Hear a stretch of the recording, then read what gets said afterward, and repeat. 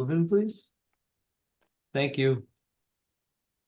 Good evening. The open meeting of the Nantucket Airport Commission is being conducted remotely pursuant to Chapter 2 of the Acts of 2023. We're convening by video conference via the Zoom app as posted on the town's website, identifying how the public may join. Please note that the meeting is being recorded, and be careful not to screen share your computer. Anything that you broadcast may be captured by the recording. Supporting materials are available on the town website unless otherwise noted.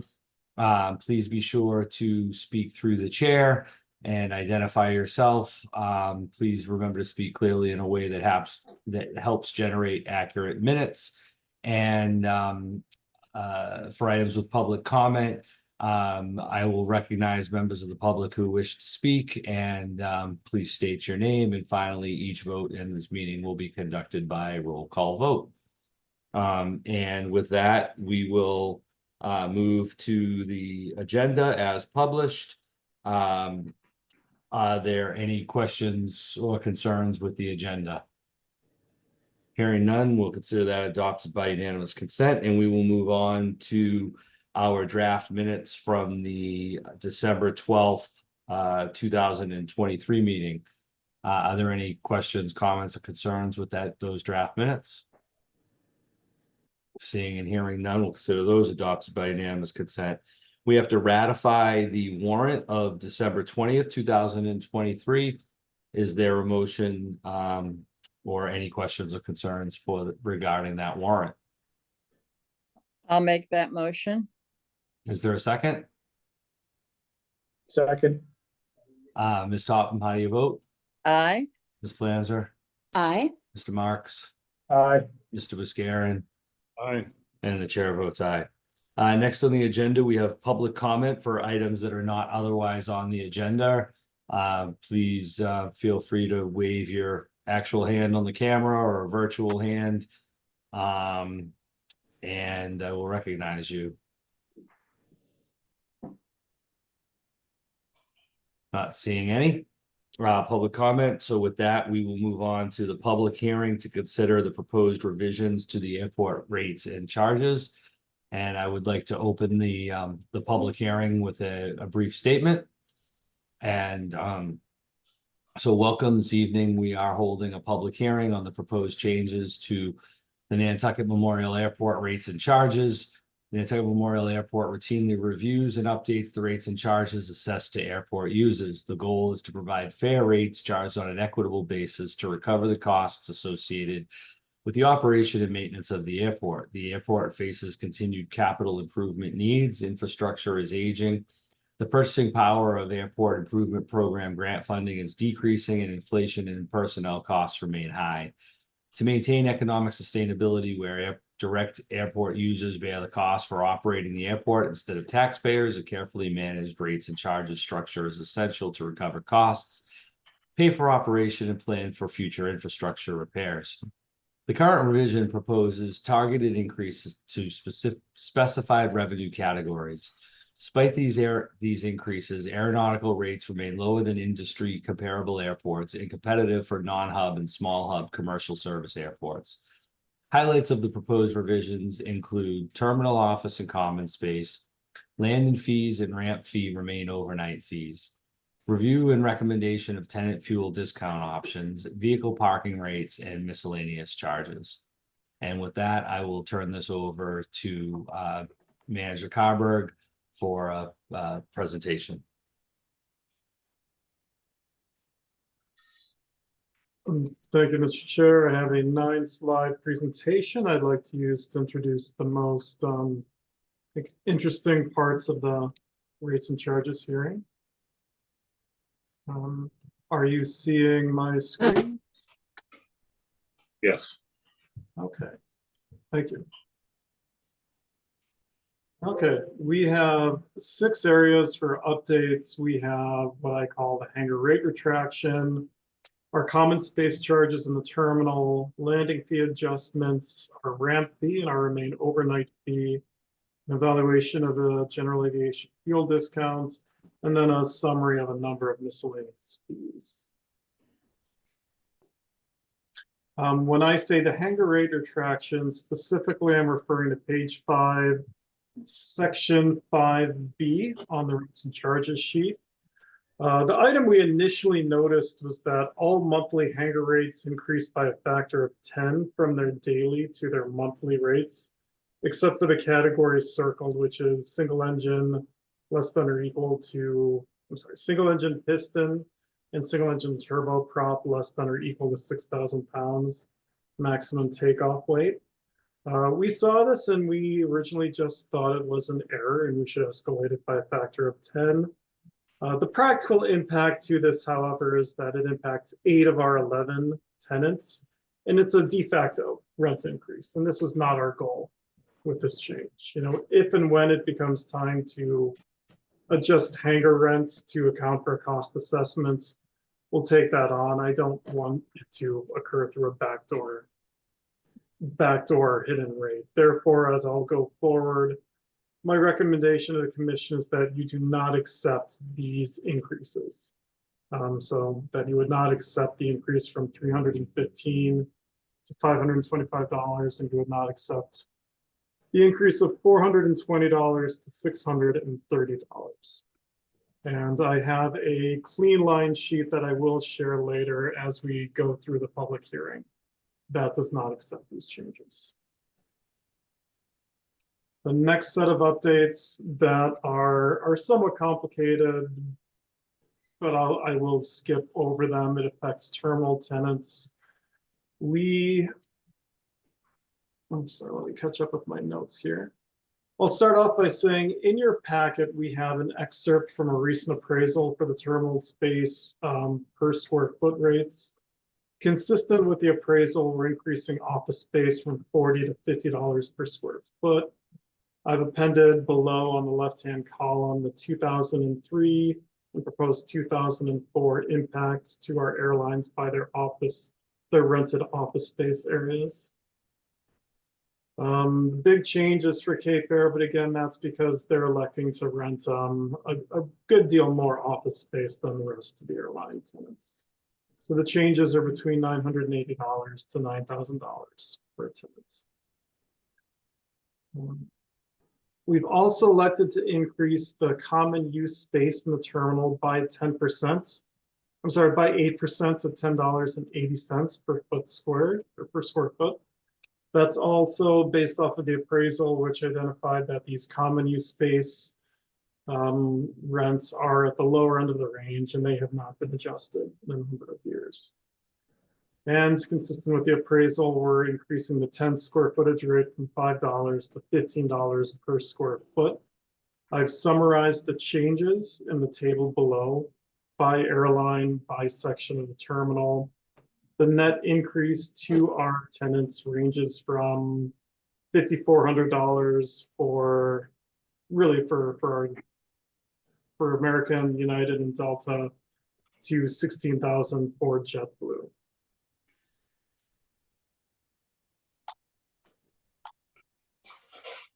Sorry. For landing fee, we are proposing landing fee increases commensurate with inflation and labor costs. So as a reminder, in the left-hand column, for the terminal, we administer a single part landing fee. We charge a fixed rate for every 1,000 pounds of aircraft weight. For our non-signatory tenants, we're proposing an 8% increase that would change our multiplier from $3.34 to $3.61. For our signatory tenants, we are proposing the same increase from $3.34 to $3.61. However, we also have a long-standing practice which goes way back several decades. To minimize the landing fee escalation for our year-round tenants, acknowledging the value that having a year-round service provides to the community. So we are increasing our discount multiplier. It's a reduction in the percentage, but it's an increase in the discount from 65% to 62%. The practical impact for Cape Air, our current signatory tenant, operating their 402 is a landing fee increase for the 402 from $15.20 to $15.67, which is a 3% increase. Then in the right-hand column, we have our two-part landing fee that we administer through our FBO. Again, the multiplier of $3.34 per 1,000 pounds landed weight increases to $3.61. And the fixed portion of $40 increases by 5% to $42. We arrive at the 5% increase that's consistent with our new union labor contract. It's roughly a 5% increase to staff.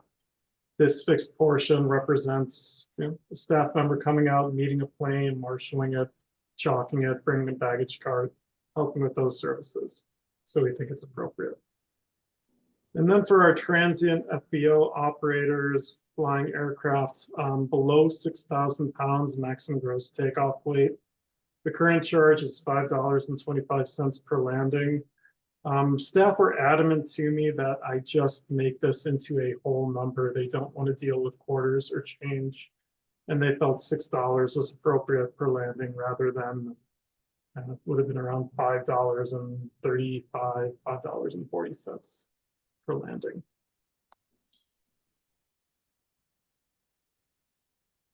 We're also proposing a ramp fee adjustment for our terminal and FBO tenants. For our terminal tenants in the left-hand column, we are embarking on a construction and improvement to our concrete hard stands in preparation to accommodate heavier aircraft such as the Airbus 220, but there are others of other airlines. In very simple math, it's a $1 million project. We have approximately 1,000 relevant annual arrivals for aircraft of that size. Over a 20-year bond note, we're reflecting a straight line increase of $50 to the ramp fee for our largest aircraft interval, that being aircraft 100,000 pounds maximum gross takeoff weight or larger. At this time, I think it's fair that those airlines operating those heavy aircraft are bearing the exclusive cost of that facility improvement. We've also carried that cost increase to our remain overnight fee. It's not often that we do have a remain overnight charge. Airlines do not operate on a scheduled overnight to Nantucket. It's just not cost efficient for them. Usually if we have one, it's due to a weather or a mechanical issue, probably fewer than 10 per year. But we still are reflecting that increase through that largest category. On the FBO side, commensurately, we are reflecting the same proportional increase to our largest RAM category, as this largest RAM category is driving a lot of our facility needs and a lot of the growth pains that we see. So for FBO aircraft operators with aircraft over 100,000 pounds maximum gross takeoff weight, we are proposing an increase to that category only from $866 on the ramp fee to $1,066. I will note the rates and charges spreadsheet that was distributed in your packets and the public listed $1,064, should be $1,066. I have that corrected on my version of the sheet.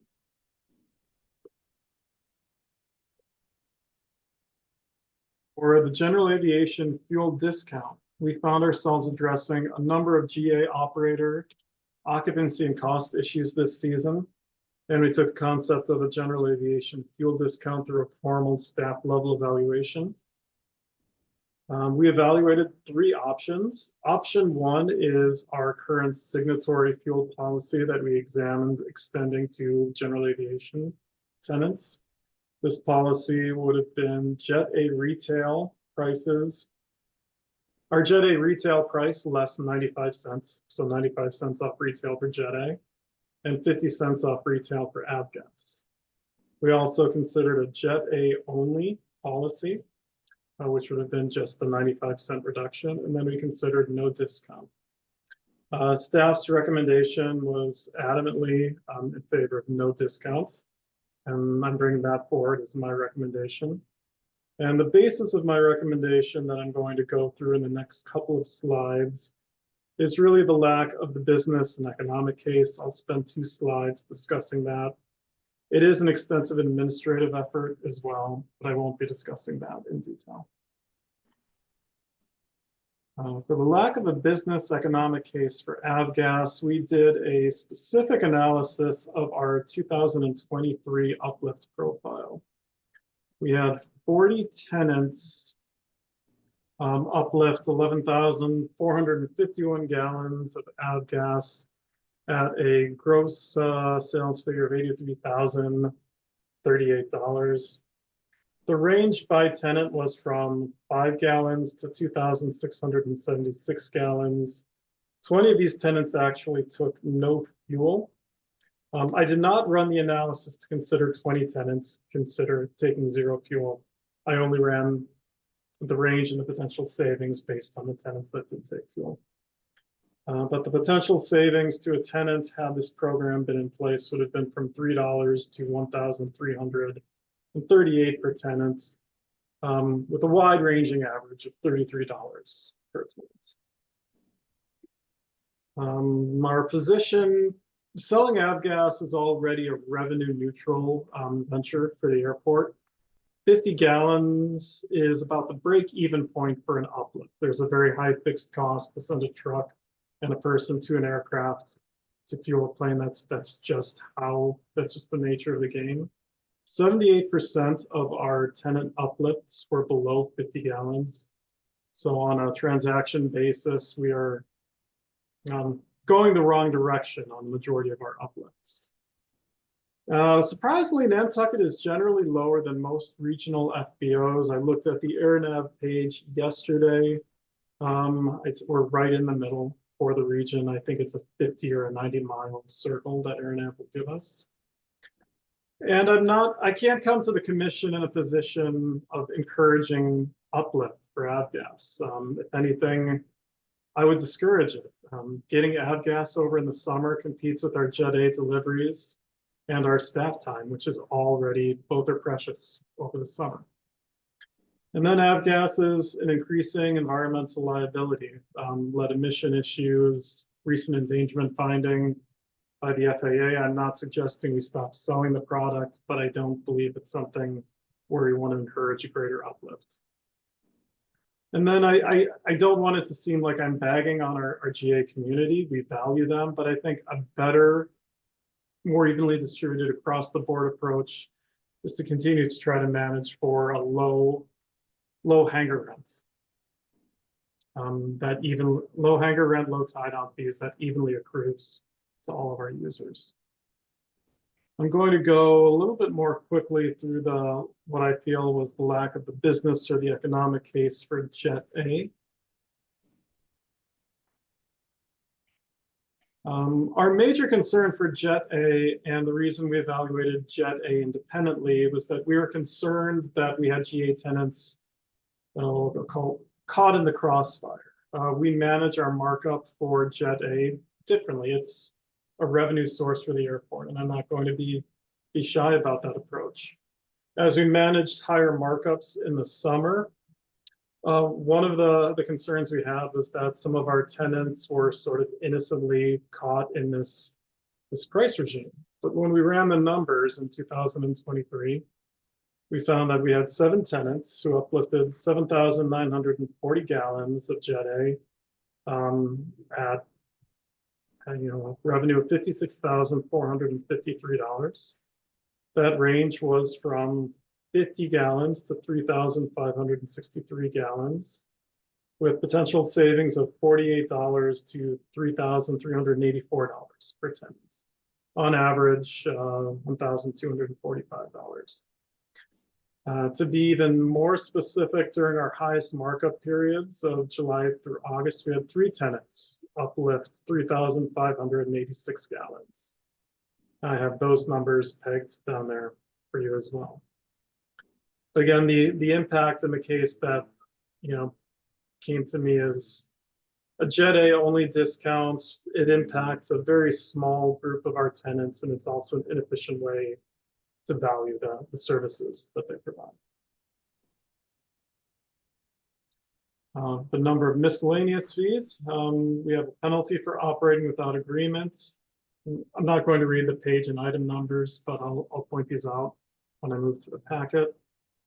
We're increasing those fees to encourage our tenants to return agreements on time.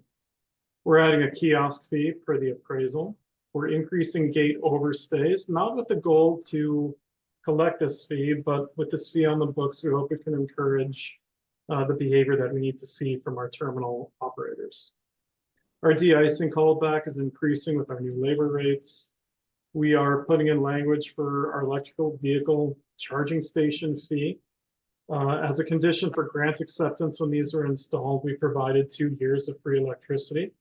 That period has now passed and we will be consistent with the town's charged rates. Rental car fees for off-airport operators. Turo and other unlicensed operators have been given a little bit of attention. I want to make sure we have fees on the book to be able to assess costs if this becomes the issue. It becomes an issue. And we're updating vehicle parking rates. And then I'm going to transition very quickly to the rates and charges sheet that is in your packet.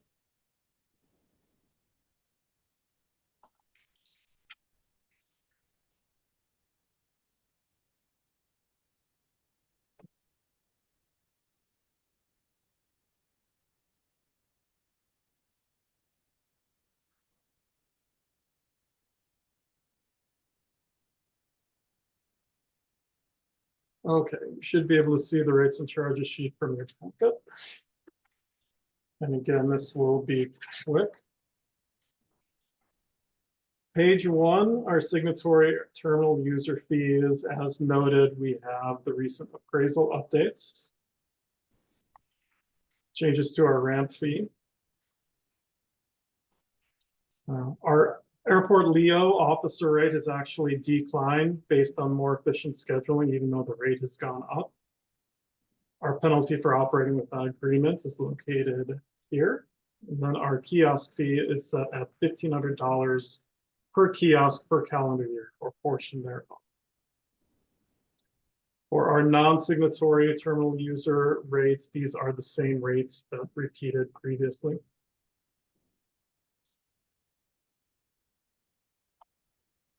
For our fixed base operators, we have the rates as proposed. I want to specifically call out on page 5. These are the hangar rental fees that I'm asking you not to accept. And when I share my clean line version, I'm reverting back to these original rates that have been struck through. On my clean sheet, I will strike out the fuel discount. We're increasing the ground power unit fee. Here's where we're showing our use and administrative service fees. Our gate overstay fee increases substantially after the second violation.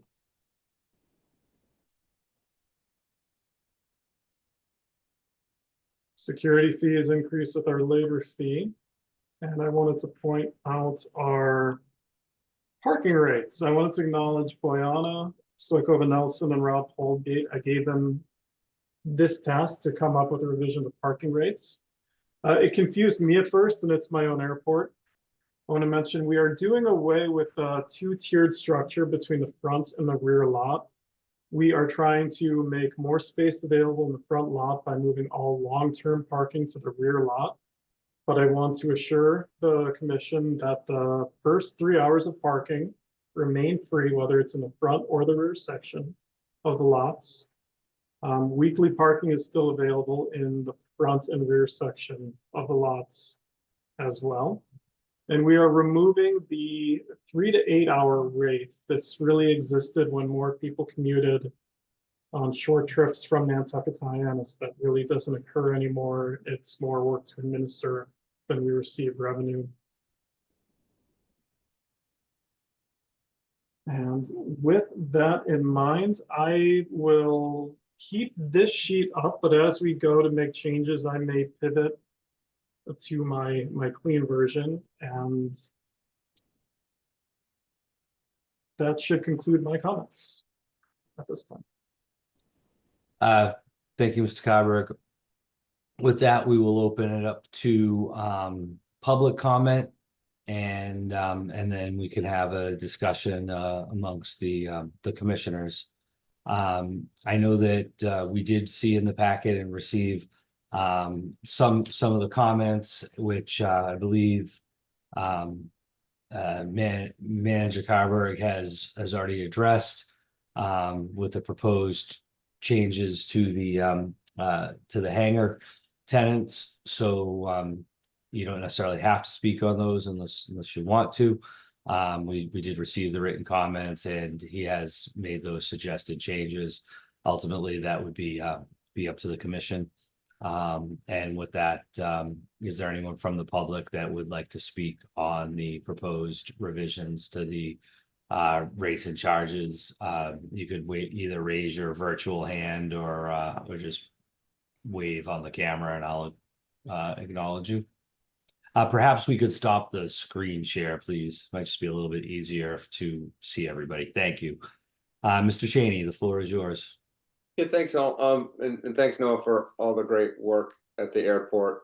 And I really didn't have a comment direct to what has been discussed, but I had a question about something you had noted in the packet that maybe you're getting to later, and that was in reference to possibly adding heat to the hangar number 2, which already has a heating system in it, but it's not presently vented, so it's inoperable. Were you planning on talking to that at all? And if not, could you let me know your thoughts on that? Because it sure would be great to add another heated hangar for us winter tenants. Mr. Carberg? Great. Unfortunately, I don't have much to add. I know that hangar the system has been in place and in operational for the better part of a decade. And so I don't have any current plans to prioritize that. Be happy to take direction on it. Yeah, I just want to add one thing. Maybe we could take this offline to not tie up your meeting. At one point, I had a general contractor, and I had my plumbing contractor take a look at the existing system. It's not that complicated of a system. It was simply never finished. The system vents directly into the hangar, which obviously enters carbon monoxide, which is no good. So the systems simply need to be to traverse the hangar and then vent either out the side or the roof of the hangar. And this particular contractor gave me a price of about $9,000 if I could provide the staging, just as a reference. And at some point I'd planned to take it to you, and then like everything else, just got too busy. But just in terms of thinking of the future, the system seemed fully operational and rather efficient, minus that completing step. So to the extent that I could help, I'm happy to connect the two of you or wherever it goes from here. But I just thought that might be information that might be helpful. Okay. I think that's well received and appreciated, and let's pick that up offline. Sounds good. I'll be in touch. Thank you. Are there any other comments on the proposed rates and charges?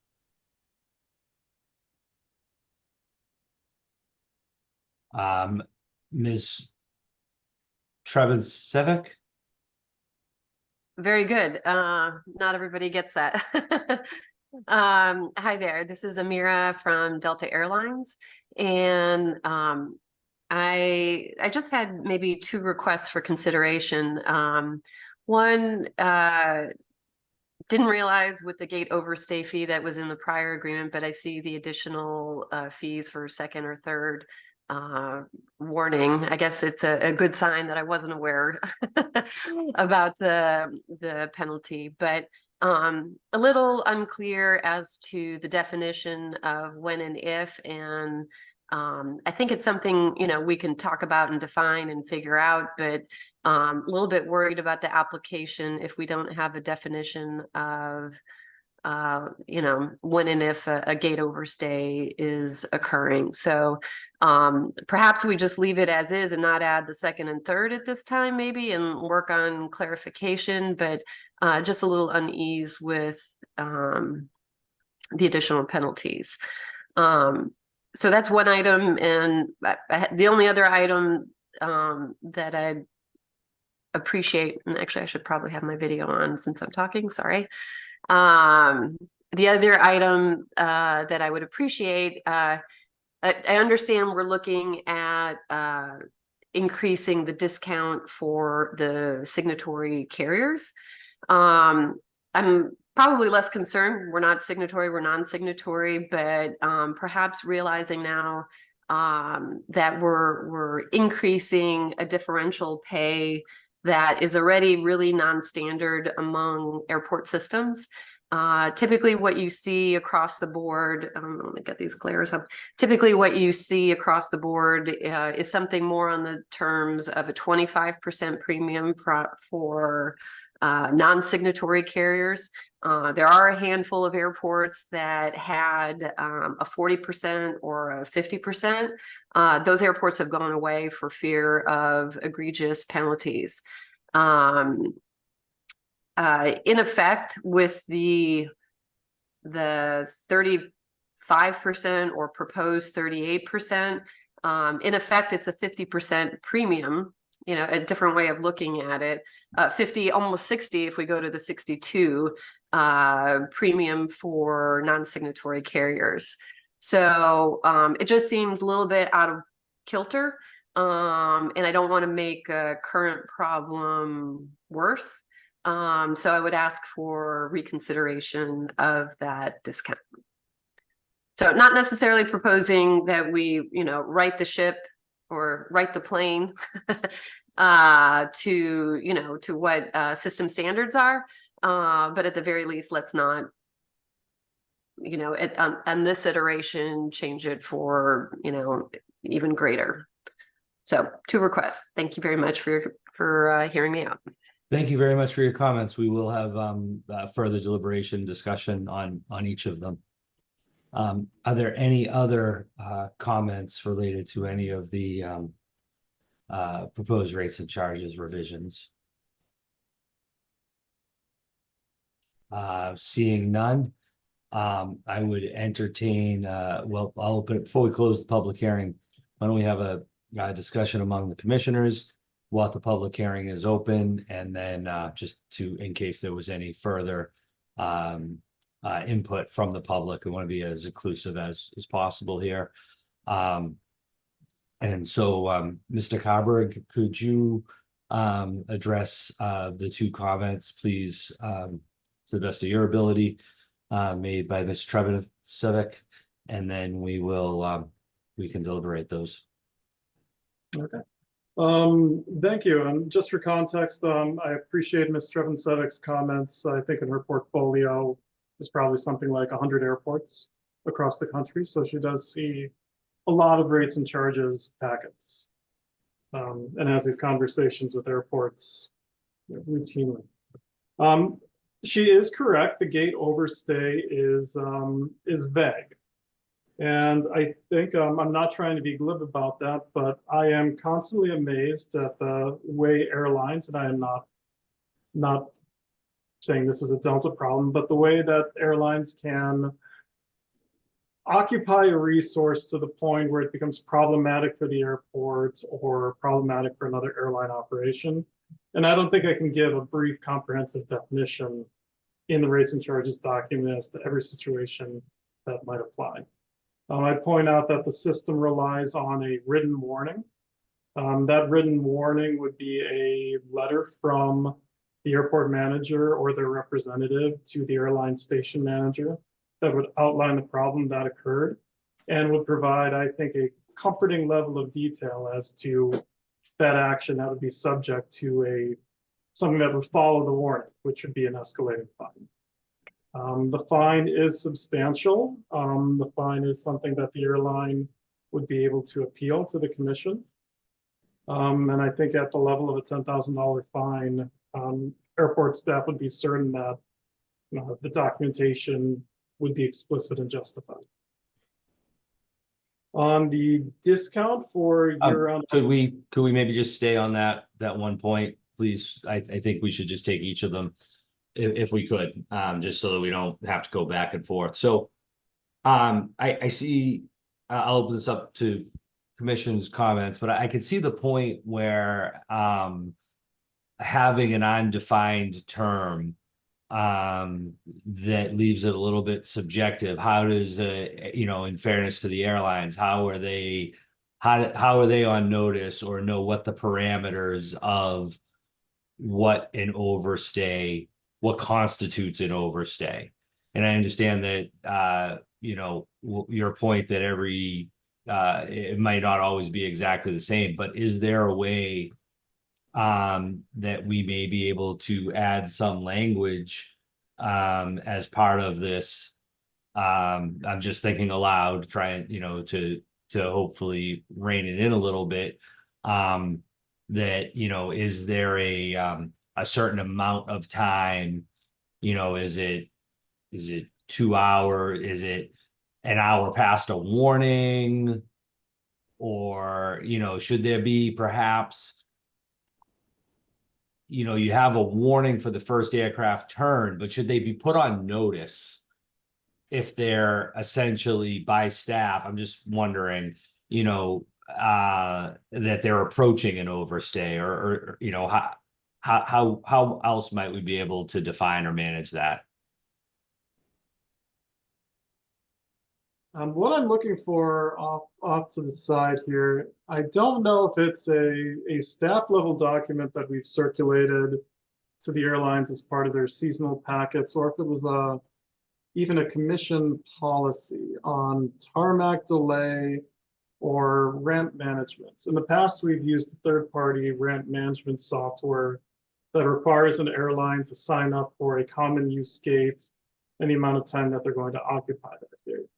And, my answer, I'd have to chase down that policy, would be if the carrier is significantly exceeding the time that they've reserved on that ramp management software to the point where it's impeded an incoming airline's ability to use that gate as scheduled, that would be an overstay.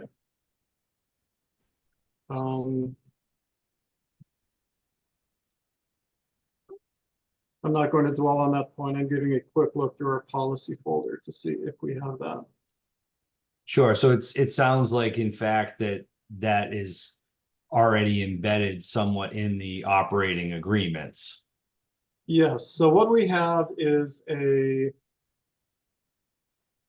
terminal area north ramp hard stand assignment policy. And it's a procedural document that identifies how the airport will make hard stands available. It identifies gate sharing and common use procedures. So in fact, it is defined and they are aware. And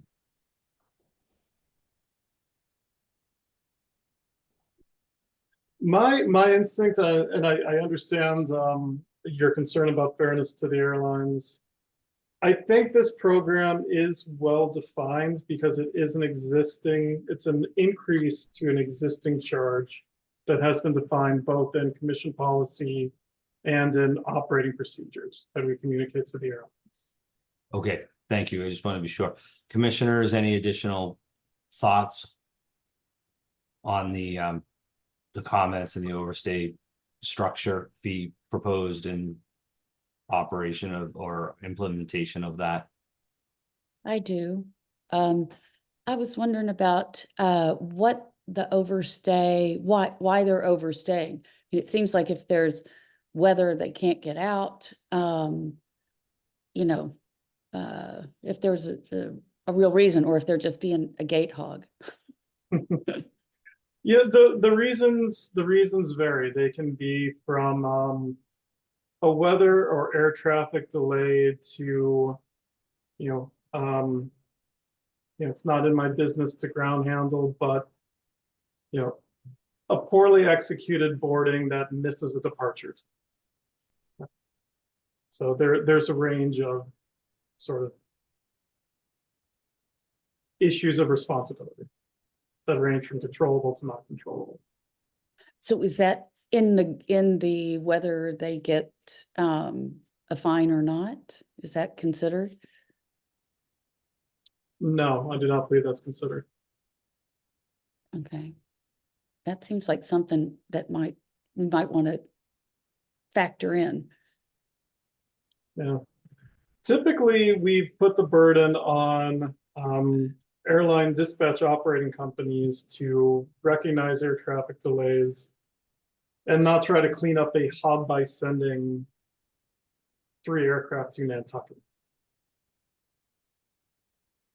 Whether that's fair or not for the operator is another question, but that has been our directive. I understand.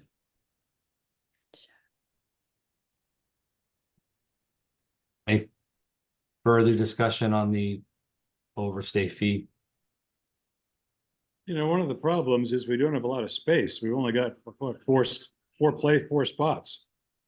And if somebody happens to be here and we get other airplanes that show up, we don't have a lot of flexibility there. I don't know where else we could put, you know, airliners other than the 4 spots we've got. So I'd be inclined to support a fairly strict standard.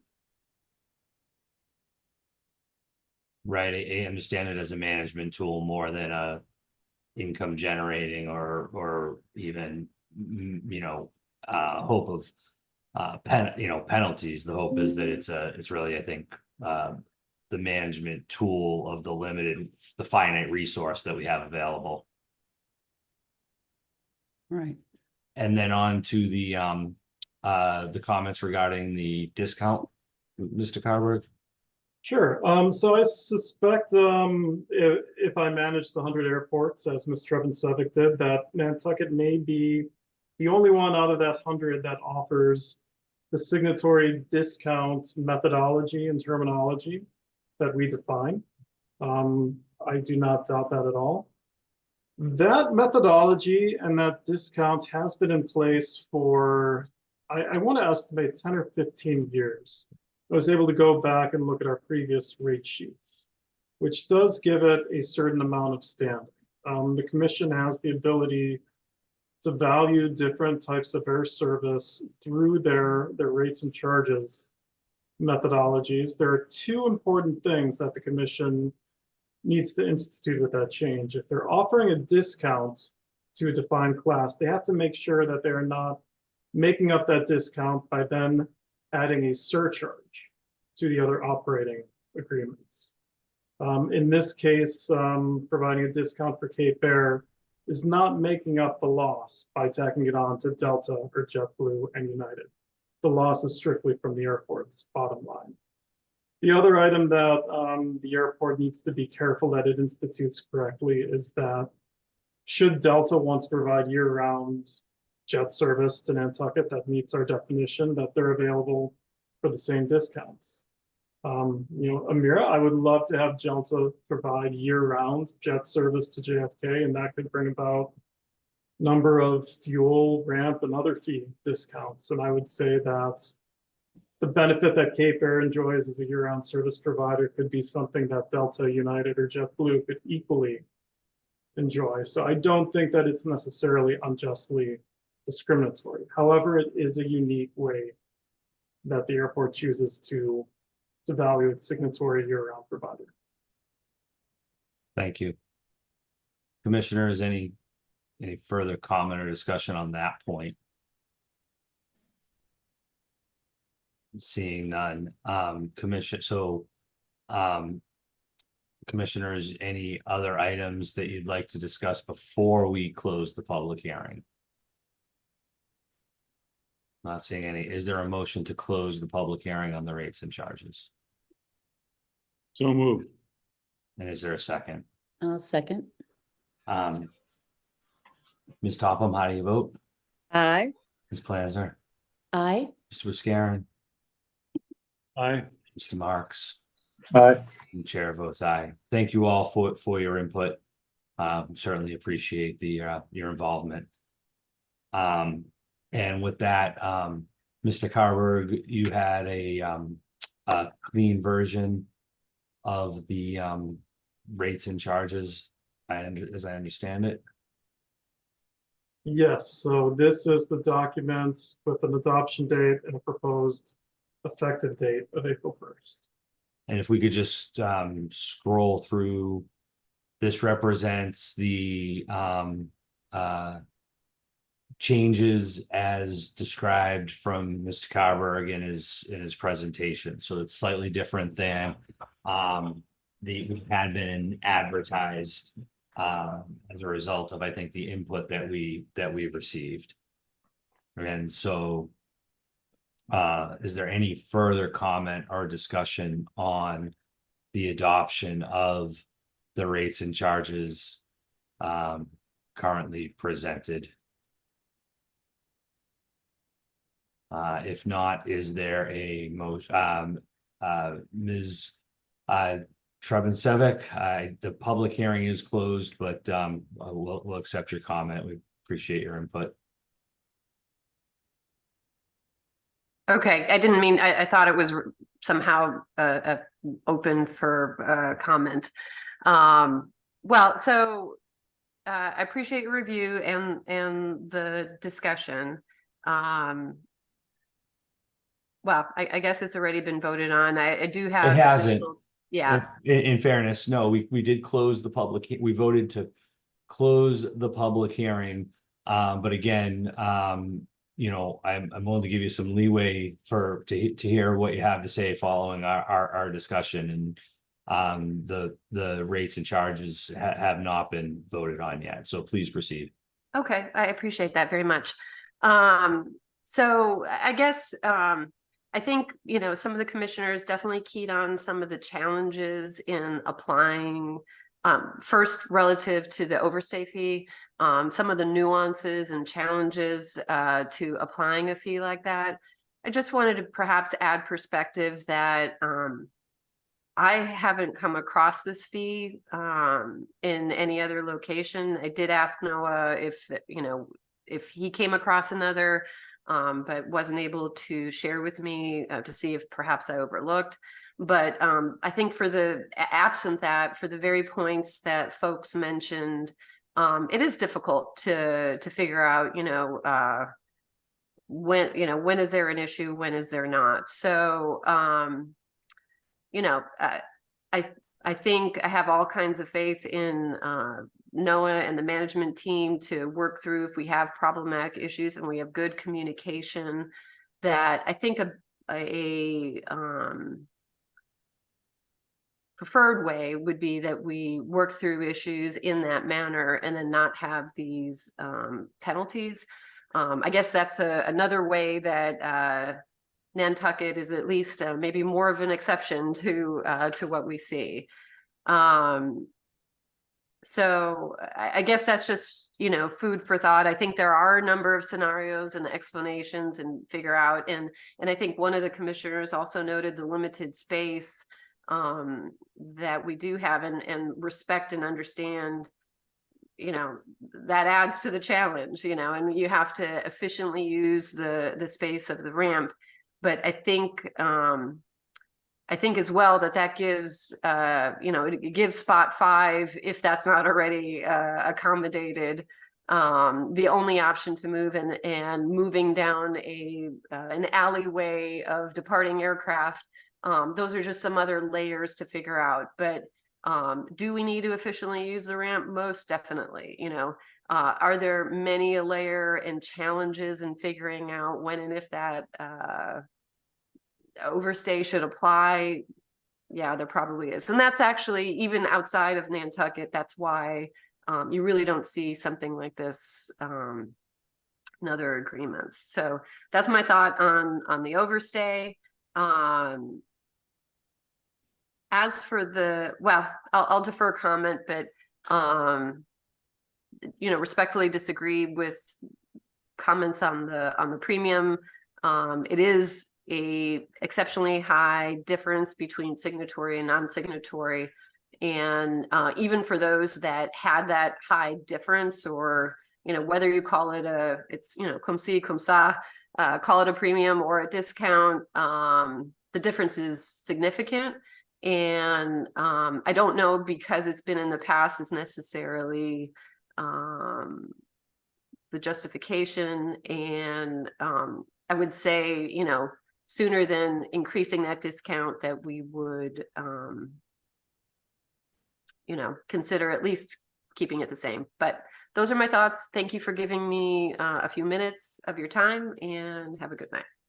Thank you. Certainly appreciate the input. I guess my one comment back on the overstay fee is that my hope is really that it actually will benefit the competing airlines, so that, you know, one of the other carriers doesn't negatively impact, you know, and I don't want to name names, but that, you know, one abuses the system to the detriment of another.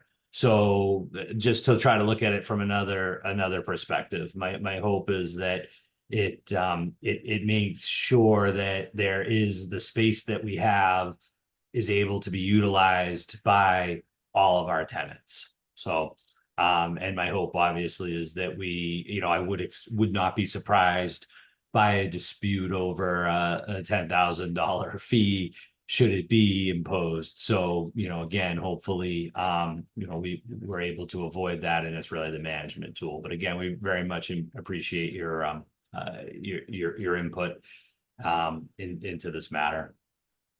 So with that, commissioners, we would be open to any suggested revisions to the document that's proposed, or a motion to approve as drafted.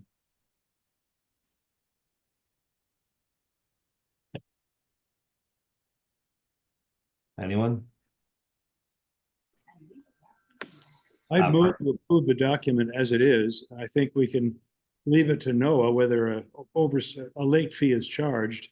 Again, this is not an income generator for us. It's just a tool. I wouldn't want to take that tool away from him. So I would move to approve the rates and charges as set forth in the document, and leave it up to NOAA's judgment as to how that fee might ever be used. Thank you, Mr. Buscarin. And is there a second? I'll Second. second. All right, so the motion's been made and seconded. Perhaps we could stop the screen share, please. Thank you.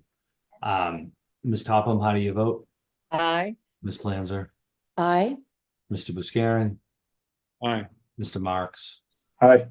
and the chair votes aye. Again, thank you all, public, for your input in this process. I do believe that we ended up at a better place as a result of your participation. And with that, we will move on to pending leases and contracts set forth on Exhibit 1. I believe we have just one. Mr. Carver. Thank you, Mr. Chair. We have one, and then we have a ad lib. I'd like to take them individually. The item that you should have received as a handout is a 3-year contract with Passor Aerospace for $163,730. There was a merging of two companies. We had previously 2 separate contracts with 2 different companies, one for our operations software and one for our public-facing flight tracking tool that we also use for noise abatements. These are now combined into one contract for a 3-year duration. If you do the math on those, this just represents a small increase consistent with inflation for those products. So I recommend approval. Commissioners, any questions, or is there a motion to approve the contract with Passor? I'll make that motion. Is there a second? Second. Ms. Topham, how do you vote? Aye. Ms. Planzer, Aye. Mr. Buscarin, Aye. Mr. Marks, Aye. and the chair votes aye. And, With that, back to you, Mr. Carberg, pending matters, starting with the PFAS update. I have one more for pending leases and contracts. Revisiting the December commission meeting, I asked for the commission to give the chair authority for an email to allow the airport to enter into an agreement on a task order with McFarland Johnson not to exceed $20,000 for GAC system replacement. That task order is delayed as it would be the last amendment under stage 2 or phase 2 of our PFAS investigation and remediation response. So the task order will lag, but I have an updated request related to the GAC system. It would be to authorize the chair to approve an additional $18,000, not to exceed a total of $38,000 to expedite that work.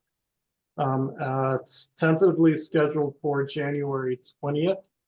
I would not want to begin the work without the commission having approved the full authority for that amount. It is time sensitive and necessary related to our PFAS investigation. So the ask is to increase the authority for the chair at my request, not to exceed a total of $38,000. Is there a motion to authorize that request? I'll make that motion. And is there a second? Second, Second. Ms. Chopin, how do you vote? Aye. Ms. Planzer, Aye. Mr. Buscarin? Aye. Mr. Marks? Aye. And the chair votes aye.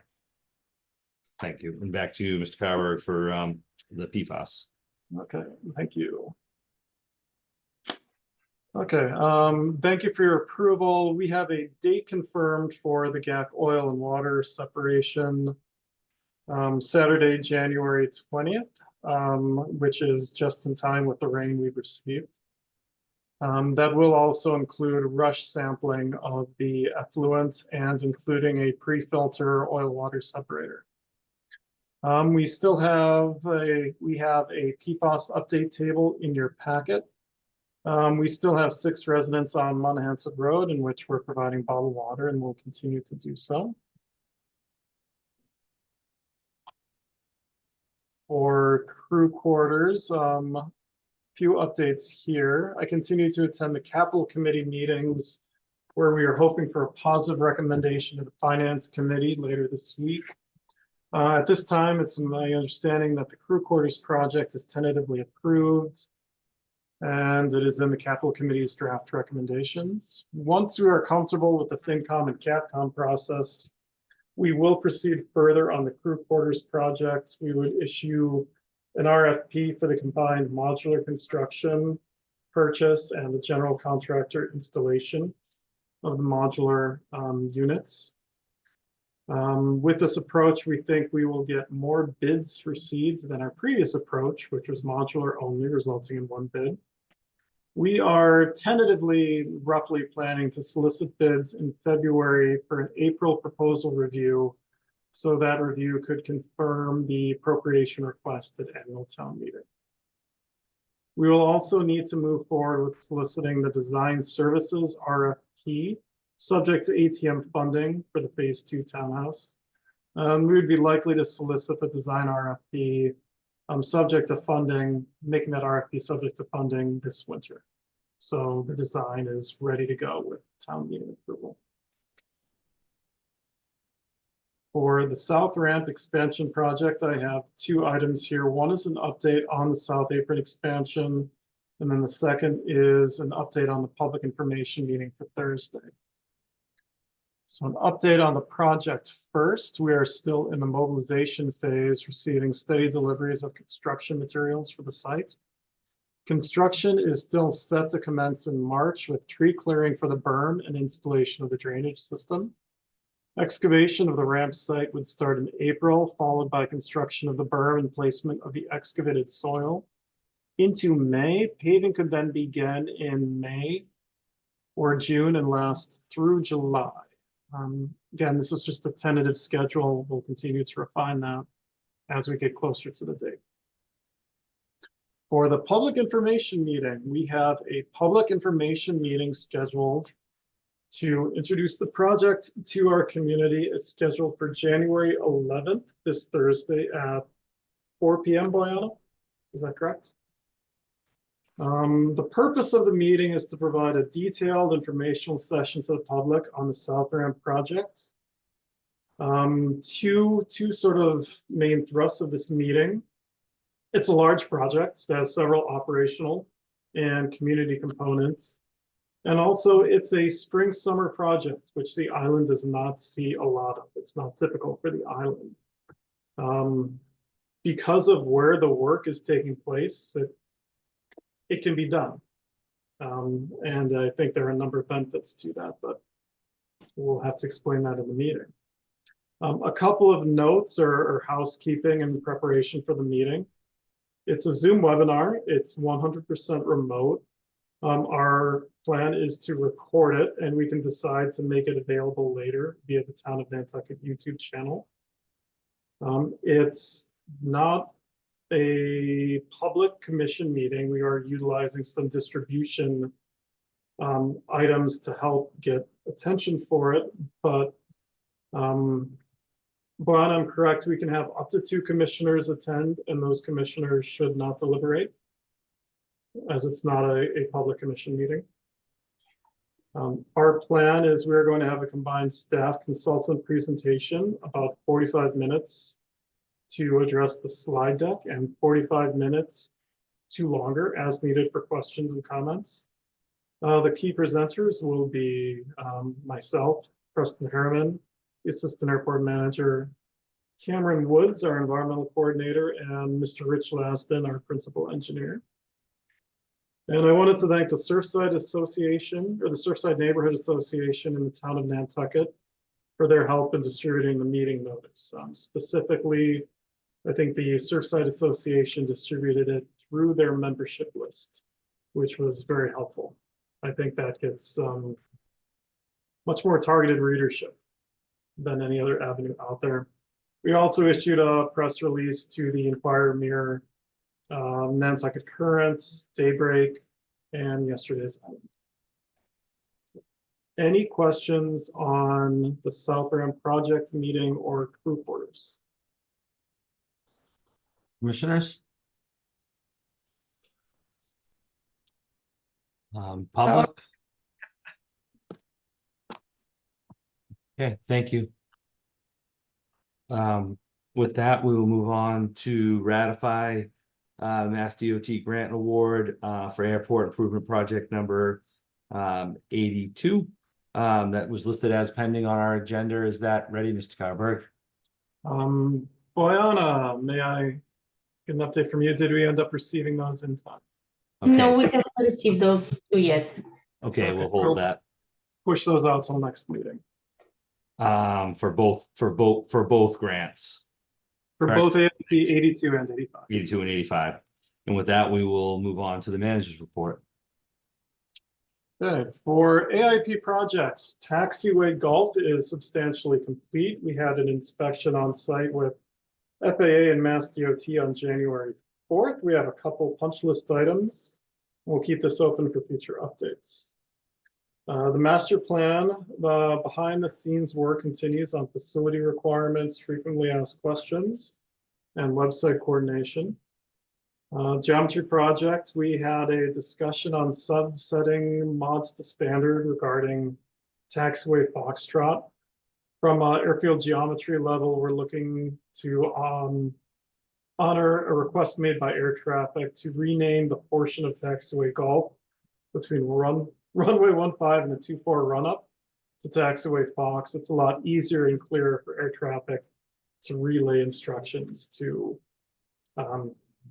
pilots. And also to redefine a section of Fox that's now limited to 12,500 pounds to be based on a wingtip clearance instead, which is more appropriate for that piece. For terminal optimization, McFarland Johnson is scheduling work with sub-consultants. Laser scanning and site inventory will need to start immediately. And we will now be looking very closely at the upcoming bill application funding deadline, working backwards to meet that goal.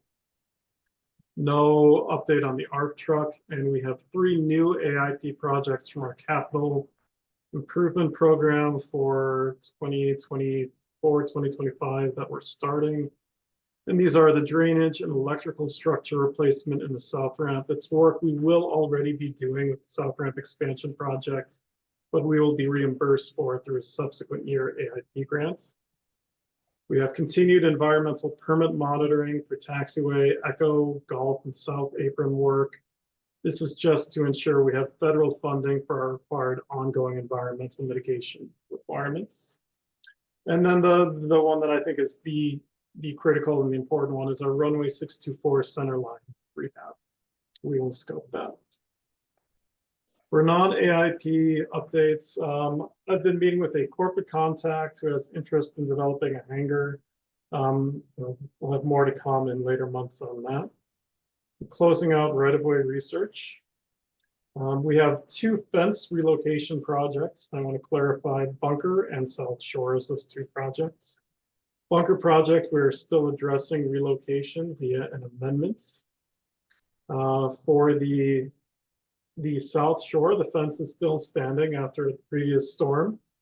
Hopefully after this one, the state has indicated they will make ASMP funds available for this project. So we will be looking to expedite this work. The environmental permitting is also complete. I'll be discussing that with our engineer. For RFP bid status update, for 33 Bunker RFP, we held this through break. My current interest is to release this for a higher value commercial use, potentially also to increase the number of spots available for an impound use or other high leverage need.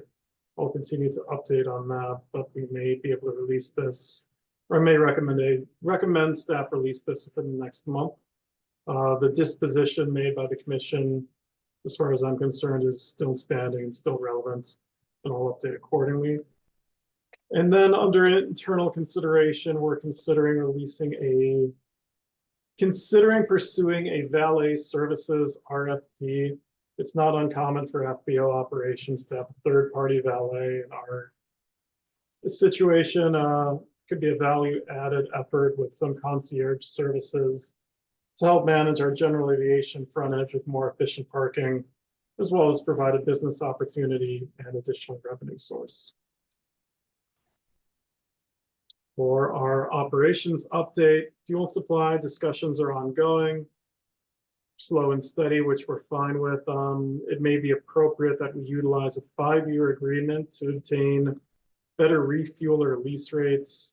We'd still maintain our opt-out language, and we can pursue that under our fuel exemption.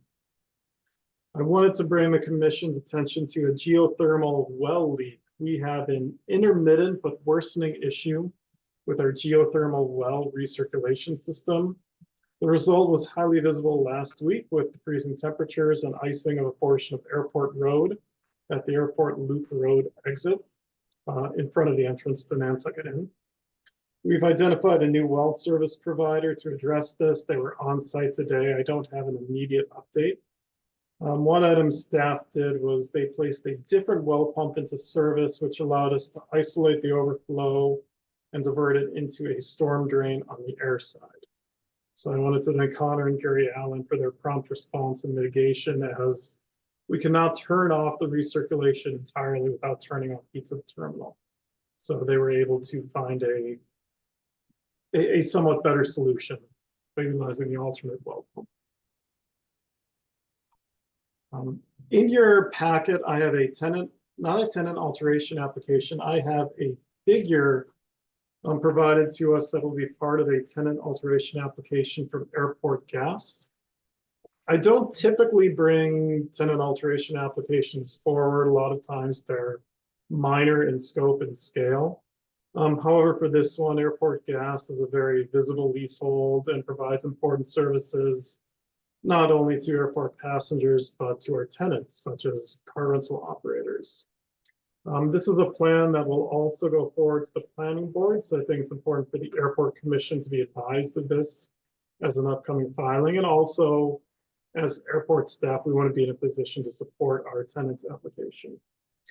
Staff have reviewed these plans, and we think that the alterations are environmentally supported.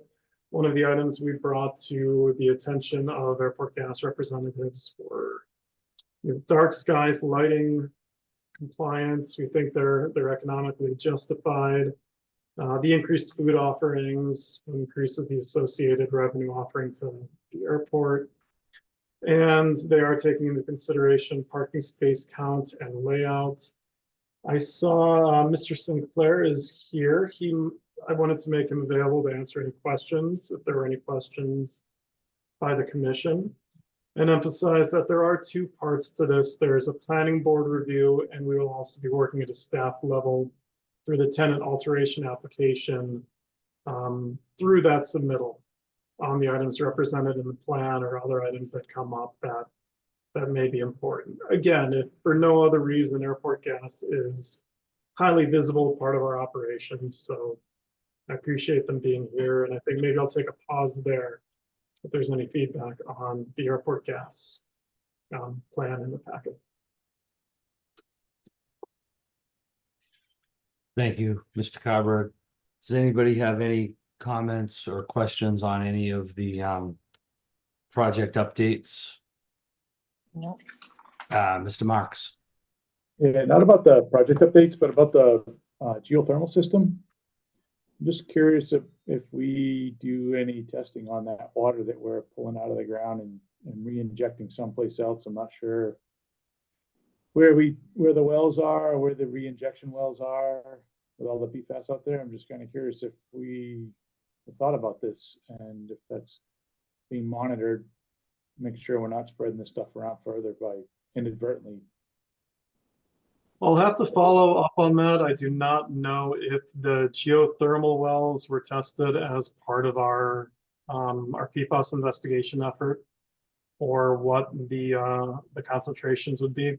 I know that they are located, the sources are on the air side in the general Northrop vicinity, but I don't have any other information past that. So I'll look into that and I'll report back to the commission. Thanks. Any other questions or comments? No. I just had a couple related to just having seen in the packet the airport gas changes, and we couldn't tell, are there changes in proposed use that we also should be aware of that are going before the planning board? Do they fall under the current agreement, or is it strictly maintaining the same use and the reconfigurations that are shown? I'll take a first stab, and then I'd ask the chair to recognize Mr. Sinclair. There are changes, I believe, to the interior of the market space in airport gas. So they'd be looking for an enhanced food and beverage enhanced food operation to prepare and take out food. So that would be part of their application to the planning board, and how does that impact their agreement with the airport? At this time, I punt on whether that's under the planning board jurisdiction or if that's included in their permitted use under their current lease with the airports, or if that would fall under a potential lease amendment. My initial reaction is that I don't think the food offerings change substantially and are still subject to the calculation of gross revenue, for example. If it's obviously if it's a health department ruling or a planning department ruling, we defer to those organizations. So that might be an item where planning board feedback would need to come first.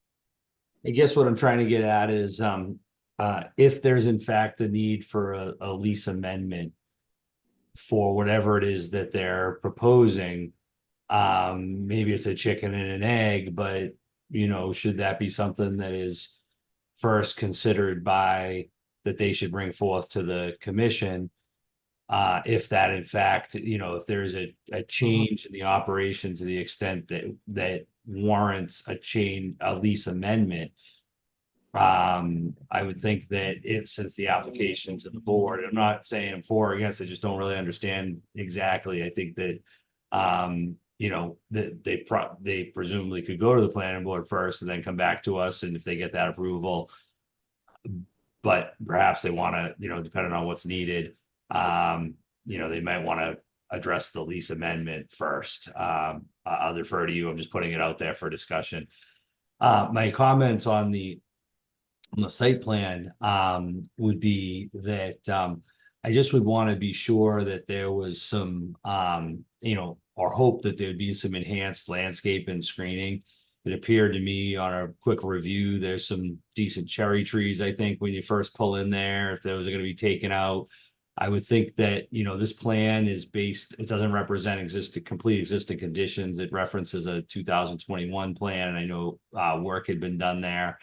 I would think that they would want to have a current conditions plan, and that it would be good to understand the open space that's being provided, as well as if there's additional parking and screening. I think just as a landlord, you know, again, not in any way opposed, just being sure that the property is you know, meeting the standards, and maybe not necessarily seeking waivers from those standards as related to open space and screening, you know, some trees. So I don't just think we want to have it be complete maximization of impervious area, if you will, as a landlord. That's just my general thoughts on that. Anybody else? Mr. Sinclair, I'm not gonna put you on the spot. You're welcome to address commission, or you can work with Mr. Carberg. Mr. Marks? Yeah, I just want to echo your thoughts there, Arthur. I agree with you. I think that it looks pretty tight in there too. And if you're going to add more food service up front, I'm just curious where the extra parking is going to be for that food service to be attained. It looks, if you look out back there, the parking, it looks very tight in there. Right, I noticed the extra that they're essentially setting up a whole row of vacuums and Right. some So all other that stuff parking there. goes away, essentially, right? For the other people that are operating out of that building in the back. And it just seems tight. I know it's tight back there already. I go through the gate there all the time. And It looks like a fairly significant increase in intensity of use. So that's Right. what I think, again, not necessarily opposed to absolutely value airport gas as a valued tenant. But making sure as a landlord that we have a clear understanding, and they don't get too far ahead in one direction without sort of, you know, understanding exactly what it is that's proposed. And I think since it wasn't actually an agenda item, you know, if in fact they wanted to put together a presentation and or work with Mr. Carberg, if there's going to be a lease amendment, it might be something that you want to run, you know, on a parallel track, perhaps with the planning board, or, you know, if they're going to finish that process, then that would be at risk, you know, with having to come back to the commission. So just some general thoughts before having just really seen this. Anything further? Thank you. Are there any commissioners' comments? Mr. Chair, Yes. I took a break in my report just to pause. I have a few more items Okay. for commissioners' comments. Geothermal alteration. A few end of the year operating stats. For the end of the calendar year, TSA screen passenger traffic is up 5%. Hyannis and Plain passengers, we will end at about 1,800 in Plain passengers to Hyannis, which is down 70% from the previous year. But 5,500, which itself is down, you know, tremendously from highs near 200,000 15 years ago. So that really is a sobering step. It's just about at its end. And then Jet A gallons down 4%, but an update on our fuel revolver. Our fuel revolver and operating revenue budgets are both on target at 6.9 million $4.5 million respectively. Again, just end of the calendar year snapshot. For the TSA CT-80, the explosive detection equipment, TSA is reviewing the potential for a new machine. Again, it's not part of our stakeholder process or ownership, but that's a good development. It's an older unit. It has had some service issues in the summer. I will be presenting the approved budget to the select board on January 24th. I just wanted to provide notice of that. On the air service standpoint, I met with a potential new operator of a larger aircraft. I advised them this is not appropriate time to consider the service. And then with the conclusion of rates and charges, we will now work at a staff level to issue leases for airline review and signature. Regarding a skid steer fire on January 8th, we had our second skid steer loader catch fire. It's our second loss in 31 days. No one was injured. Fire was extinguished by responding personnel. Well, I always want to begin each incident with a discussion of what went right. And in this case, we had items that went very well. No injuries, early identification, immediate response, and effective scene control. But I have a number of questions regarding operational and technical factors that may be contributing to these incidents. And honestly, the best way may be to address these through an external assessment. We will now be taking steps to utilize a procurement, possibly an emergency procurement, to obtain third-party brush cutting services, and possibly include repayment of grant funds to Mass DOT Aeronautics. I have to look into if these are purchased with state ASMP funds. For statistics, Boyana, would you mind sharing the statistics packet? I'm sorry, I didn't give you any warning on that.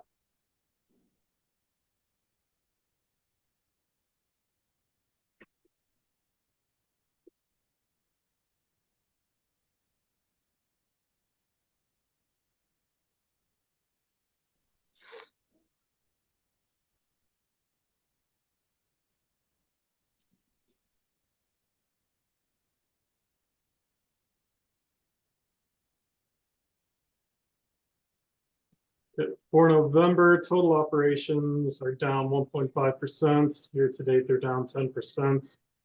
Southwest ramp operations for November were down 3%. Continues a general decline since COVID peak for the Southwest ramp.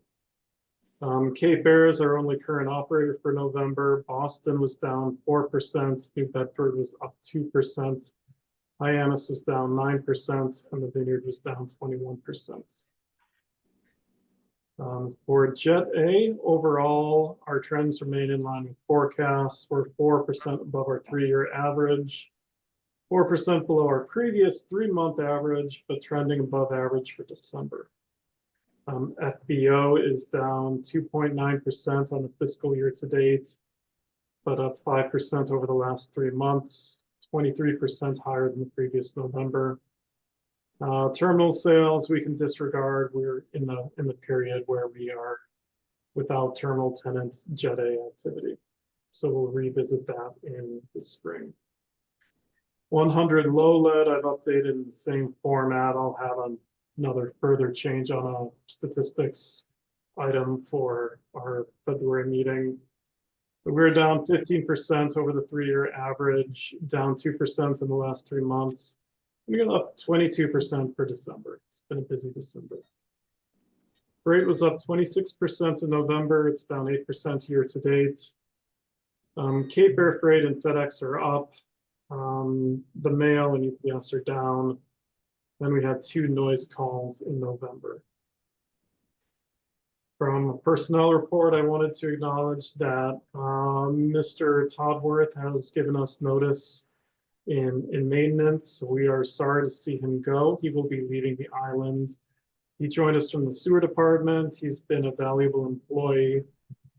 You know, I understand housing may be an issue and we'll continue to pursue our housing projects, but again, quality employee, we're sorry to see him go. And then we continue to recruit for maintenance, custodian and FBO staff. I'd hope to have 2 announcements to the positive for you. I do not yet, maybe next month. And that concludes my report. Thank you, Mr. Carberg. Does anybody have any comments on the remainder of Mr. Carberg's report? No. Thank you. Any commissioners' comments? Yeah, I'm not going to participate in the executive session because I'm in a public place. Okay, thank you for that, Mr. Guscarin. Any public comment for items not otherwise on the agenda? Seeing none, I would entertain a motion to enter executive session per general law, chapter 30A, section 21A. To review the minutes enumerated on the agenda, discuss strategy with respect to litigation regarding Walsh, where the chair has determined an open session may have a detrimental effect on the litigating position of the Airport Commission. And clause 3, discuss strategy with respect to potential litigation regarding Truro, where the chair has determined an open session may have detrimental effect on the litigating position of the Airport Commission. Not to return to open session. Is there such a motion? So move. Is there- Second, Ms. Topham, how do you vote? aye. Thank you, Mr. Cox. Ms. Planzer? Aye. Mr. Buscarin? It looks like we already gone. And Mr. Marks? Aye. And the chair votes aye. Thank you all very much.